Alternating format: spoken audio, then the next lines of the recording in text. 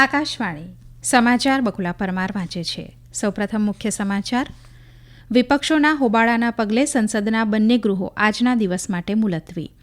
રાષ્ટ્રપતિ દ્રૌપદી મુર્મુ 4 દિવસના તામિલનાડુના પ્રવાસે કોઇમ્બતુર પહોંચ્યા. નવી દિલ્હી ખાતેથી બાળલગ્ન મુક્ત ભારત રાષ્ટ્રીય અભિયાનનો આજથી પ્રારંભ. ઇઝરાયેલ અને હિઝબુલ્લાહ વચ્ચેના યુદ્ધ વિરામનો અમલ આજ સવારથી શરૂ. અને ચક્રવાત ફેંગલના કારણે તામિલનાડુના દરિયાકાંઠે ભારે વરસાદનું રેડ એલર્ટ. સમાચાર વિગતવાર. વિપક્ષોના હોબાળાના પગલે સંસદના બંને ગૃહોની કામગીરી આજના દિવસ માટે સ્થગિત કરી દેવાઈ હતી. એક અગ્રણી વેપારી જૂથ સામે કથિત લાંચના આરોપો સહિતના વિવિધ મુદ્દાઓ ઉપર વિપક્ષના હોબાળા વચ્ચે રાજ્યસભાની કાર્યવાહી આજે સવારે શરૂ થતાની સાથે જ દિવસભર માટે સ્થગિત કરવામાં આવી છે, જ્યારે લોકસભાની કાર્યવાહી શરૂ થતાં જ સ્થગિત કરી દેવાઈ હતી. કોંગ્રેસ, ડાબેરી, ડીએમકે, ટીએમસી, એસપી, આપ અને અન્ય પાર્ટીઓના સાંસદ સભ્યોએ ગૃહને સ્થગિત કરવાના મુદ્દાઓ ઉઠાવીને હોબાળો શરૂ કર્યો હતો. અગાઉ જ્યારે આજે સવારે ગૃહની કાર્યવાહી શરૂ થઈ ત્યારે અધ્યક્ષ જગદીપ ધનખડે વિપક્ષી સાંસદો દ્વારા એક અગ્રણી વેપારી જૂથ, મણિપુર હિંસા અને ઉત્તર પ્રદેશના સંભલમાં હિંસાના મામલે નિયમ 267 હેઠળ આપેલી સ્થગિત નોટિસને ફગાવી દીધી હતી. આ મુદ્દે વિપક્ષના સભ્યોએ ગૃહમાં ઘોંઘાટના દ્રશ્યો સર્જ્યા હતા. જ્યારે લોકસભામાં ગૃહની બેઠક મળતાની સાથે જ વિપક્ષી સભ્યોએ આ જ મુદ્દાઓ ઉપર હોબાળો મચાવ્યો હતો. સ્પીકર ઓમ બિરલાએ સદસ્યોને વારંવાર વિનંતી કરી હતી કે તેઓ ગૃહને કામ કરવા સહકાર આપે અને ગૃહની ગરિમા જાળવી રાખે. તેમણે વિપક્ષી સાંસદોને ખાતરી આપી હતી કે પ્રશ્નોત્તરી કાળ બાદ તમામ મુદ્દાઓ ઉપર ચર્ચા કરવામાં આવશે. જો કે વિપક્ષના સભ્યોએ સૂત્રોચ્ચાર ચાલુ રાખ્યા હતા, જેના કારણે ગૃહની કાર્યવાહી બપોરે 12 વાગ્યા સુધી સ્થગિત કરી દેવાઈ હતી. જો કે 12 વાગ્યા બાદ ગૃહમાં ફરીથી કામકાજ શરૂ થયું હતું અને વિપક્ષોના હોબાળા વચ્ચે પ્રશ્નોત્તરી સત્ર આરંભાયું હતું. પરંતુ વિપક્ષોએ સતત હોબાળો અને સૂત્રોચ્ચાર કરતા લોકસભાની કાર્યવાહી પણ દિવસભર માટે સ્થગિત કરાઈ હતી. રાષ્ટ્રપતિ દ્રૌપદી મુર્મુ તેમની 4 દિવસની તામિલનાડુની મુલાકાત અંતર્ગત આજે કોઇમ્બતુર પહોંચ્યા છે. તેઓ વેલિંગ્ટન, ઊટી ખાતે આવતીકાલે સંરક્ષણ સેવા સ્ટાફ કોલેજમાં યોજાનાર એક કાર્યક્રમમાં ઉપસ્થિત રહેશે. 29મીએ તેઓ નીલગિરીમાં આદિવાસી સમુદાય સાથે વાતચીત કરશે. રાષ્ટ્રપતિની મુલાકાતને ધ્યાનમાં રાખીને કોઇમ્બતુર અને ઊટી તથા તેની આસપાસના વિસ્તારોમાં કડક સુરક્ષા વ્યવસ્થા કરવામાં આવી છે. પ્રતિકૂળ હવામાનના કારણે રાષ્ટ્રપતિ રોડ માર્ગે ઊટી જઈ રહ્યા છે. કેન્દ્રીય મહિલા અને બાળ વિકાસ મંત્રી અન્નપૂર્ણા દેવીએ આજે નવી દિલ્હીમાં બાળ વિવાહ મુક્ત ભારતના રાષ્ટ્રીય અભિયાનની શરૂઆત કરાવી. આ કાર્યક્રમનો પ્રાથમિક એજન્ડા ભારતને બાળલગ્ન મુક્ત રાષ્ટ્ર બનાવવાનો છે. શ્રીમતી અન્નપૂર્ણા દેવીએ બાળલગ્ન મુક્ત ભારત પોર્ટલનું પણ અનાવરણ કર્યું હતું. બાળલગ્ન અટકાવવા અને બાળલગ્નની ઘટનાઓ અંગે જાગૃતિ વધારવાના અભિયાનને સમર્થન આપવા માટે ઓનલાઈન પ્લેટફોર્મ વિકસાવવામાં આવ્યું છે. સરકાર આવતીકાલથી દરિયાકાંઠાના વિસ્તારોમાં ખનીજ બ્લોક્સની હરાજીની પ્રથમ શ્રેણી શરૂ કરશે. આ શ્રેણીમાં અરબી સમુદ્ર અને આંદામાન સમુદ્રમાં ફેલાયેલા 13 ખનીજ બ્લોક્સનો સમાવેશ થાય છે, જેમાં રેતી, ચૂનાની માટી અને પોલીમેટાલિક નોડ્યુલ્સના મિશ્રણનો સમાવેશ થાય છે. આ ખનીજો આંતરમાળખાનો વિકાસ, ઉચ્ચ તકનીકી નિર્માણ અને હરિત ઉર્જા માટે મહત્વપૂર્ણ છે. ખાણ મંત્રાલયના જણાવ્યા પ્રમાણે આ પહેલ દેશના દરિયાકાંઠાના વિસ્તારની નજીકના સમુદ્રની નીચે હાજર ખનીજ સંસાધનોની શોધમાં કરવામાં આવેલા કામનું પ્રતીક છે. 20 લાખ ચોરસ કિલોમીટરથી વધુ વિસ્તારમાં ફેલાયેલો દેશનો સ્પેશિયલ ઇકોનોમિક ઝોન મહત્વપૂર્ણ ખનીજ સંસાધનોનું ભંડાર છે. નવી દિલ્હીના ભારત મંડપમ ખાતે ચાલી રહેલા 43મા ભારત આંતરરાષ્ટ્રીય વેપાર મેળાનું આજે સમાપન થશે. વિકસિત ભારત @2047ની વિષયવસ્તુ આધારિત 14 દિવસીય આ મેળામાં વૈશ્વિક સ્તરે ભારતની આર્થિક અને સાંસ્કૃતિક સમૃદ્ધિનું પ્રદર્શન કરાયું છે. આ વર્ષે મુખ્ય રાજ્ય ઝારખંડ હતું, જ્યારે બિહાર અને ઉત્તર પ્રદેશ ભાગીદાર રાજ્યો હતા.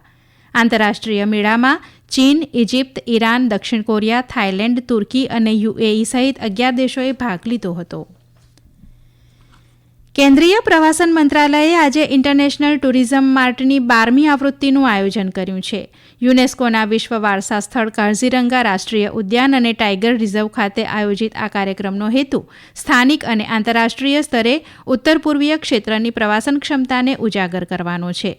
આ ઇવેન્ટ 8 પૂર્વોત્તર રાજ્યો આસામ, અરુણાચલ પ્રદેશ, મણિપુર, મેઘાલય, મિઝોરમ, નાગાલેન્ડ, ત્રિપુરા અને સિક્કિમના પ્રવાસન વ્યવસાયો અને ઉદ્યોગ સાહસિકોને એકસાથે લાવીને ખરીદદારો, વિક્રેતાઓ અને મીડિયા વચ્ચેના સહયોગને પ્રોત્સાહન આપવાનો છે.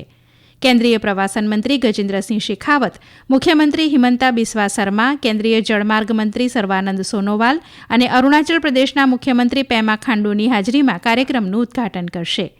આંતરરાષ્ટ્રીય અને સ્થાનિક પ્રવાસન સેવા પ્રદાતાઓ, પ્રભાવકો, વરિષ્ઠ સરકારી અધિકારીઓ, મીડિયા અને આંતરરાષ્ટ્રીય વિદ્યાર્થીઓ સહિત લગભગ 400 સહભાગીઓ આ ઇવેન્ટમાં ભાગ લઈ રહ્યા છે.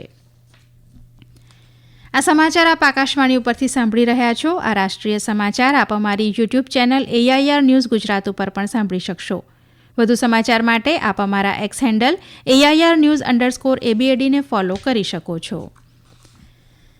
ઇઝરાયેલ સરકારે લેબેનોનમાં હિઝબુલ્લા સાથે યુદ્ધવિરામ કરારને મંજૂરી મળ્યા બાદ આજથી તેનો અમલ શરૂ કર્યો છે.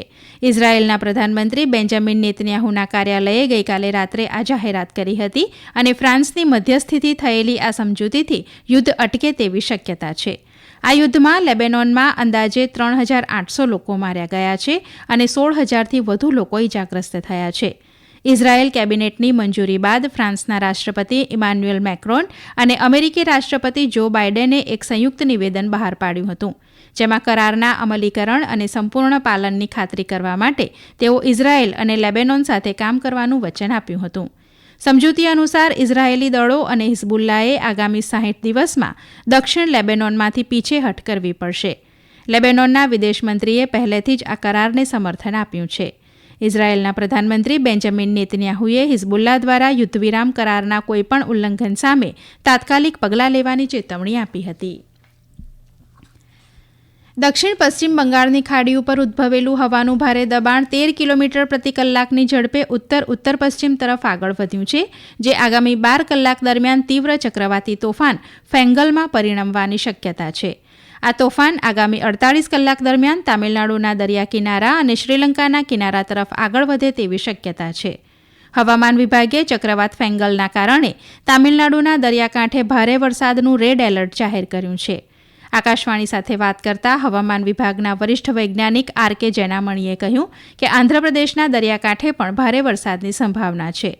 તેમણે માછીમારોને આગામી 3 દિવસ દરમિયાન બંગાળની ખાડીના દક્ષિણ પશ્ચિમ ભાગો, તામિલનાડુના દરિયાકાંઠા અને દક્ષિણ આંધ્રપ્રદેશના દરિયાકાંઠે ન જવાની સલાહ આપી છે. જમ્મુ કાશ્મીરની જમ્મુ પોલીસે ગઈકાલે પ્રતિબંધિત સંગઠનો જૈશ-એ મોહમ્મદ અને લશ્કરે તોયબા સાથે સંકળાયેલા આતંકવાદી નેટવર્ક્સ ઉપર મોટાપાયે કાર્યવાહી હાથ ધરી હતી. પોલીસે જમ્મુ ક્ષેત્રના રાજૌરી, પૂંચ, કિશ્તવાર અને ઉધમપુર જિલ્લાઓના 56 જેટલા સ્થળોએ દરોડા પાડ્યા હતા. અમારા સંવાદદાતાના જણાવ્યા પ્રમાણે આ કાર્યવાહીમાં કેટલાક આતંકવાદી પ્રવૃત્તિઓ સાથે સંકળાયેલા શંકાસ્પદોની ધરપકડ કરવામાં આવી હતી. આ કાર્યવાહી દરમિયાન પોલીસને ઇલેક્ટ્રોનિક ઉપકરણો, દસ્તાવેજો, બિનહિસાબી રોકડ, શસ્ત્રો અને દારૂગોળો સહિતની ગુનાખોરી સામગ્રીની માહિતી મળી આવી હતી. પાકિસ્તાનના સુરક્ષા દળોએ ઇસ્લામાબાદમાં ડી ચોકની આસપાસના વિસ્તારોમાંથી ઇમરાન ખાનના સેંકડો ટેકેદારોની ધરપકડ કરી હતી અને જેલમાં બંધ ભૂતપૂર્વ પ્રધાનમંત્રી ઇમરાન ખાનના સમર્થકો ઇસ્લામાબાદના ડી ચોકમાં એકત્રિત થયા હતા અને ઇમરાન ખાનની મુક્તિની માંગણી કરી રહ્યા હતા. ગત મધ્યરાત્રિએ પોલીસે આ તમામ પ્રદર્શનકારીઓને હટાવવાનું શરૂ કર્યું હતું. આ વિસ્તારમાં લાઇટ બંધ કરવામાં આવી હતી અને ટોળાઈને વિખેરાવવા માટે સલામતી દળોએ ટીયર ગેસ છોડ્યા હતા. ગઈકાલે ઇમરાન ખાનના પત્ની બુશરા બીબીની આગેવાની હેઠળ હજારો વિરોધીઓ શહેરના સંવેદનશીલ વિસ્તાર ડી ચોકમાં એકઠા થયા હતા અને ઇમરાન ખાનની મુક્તિની માંગ સાથે વિરોધ પ્રદર્શન કર્યું હતું. આ વિરોધ પ્રદર્શન દરમિયાન હિંસા ફાટી નીકળી હતી, જેના પરિણામે પ્રદર્શનકારીઓ અને સુરક્ષા દળો વચ્ચેની અથડામણમાં 6ના મૃત્યુ થયા હતા અને ઘણા લોકો ઇજાગ્રસ્ત થયા હતા. અંતમાં મુખ્ય સમાચાર ફરી એકવાર. વિપક્ષોના હોબાળાના પગલે સંસદના બંને ગૃહો આજના દિવસ માટે મુલતવી. રાષ્ટ્રપતિ દ્રૌપદી મુર્મુ 4 દિવસના તામિલનાડુના પ્રવાસે કોઇમ્બતુર પહોંચ્યા. નવી દિલ્હી ખાતેથી બાળ લગ્ન મુક્ત ભારત રાષ્ટ્રીય અભિયાનનો આજથી પ્રારંભ. ઇઝરાયેલ અને હિઝબુલ્લાહ વચ્ચેના યુદ્ધવિરામનો અમલ આજ સવારથી શરૂ અને ચક્રવાત ફેંગલના કારણે તામિલનાડુના દરિયાકાંઠે ભારે વરસાદનું રેડ એલર્ટ. આકાશવાણી ઉપરથી સમાચાર પૂરા થયા.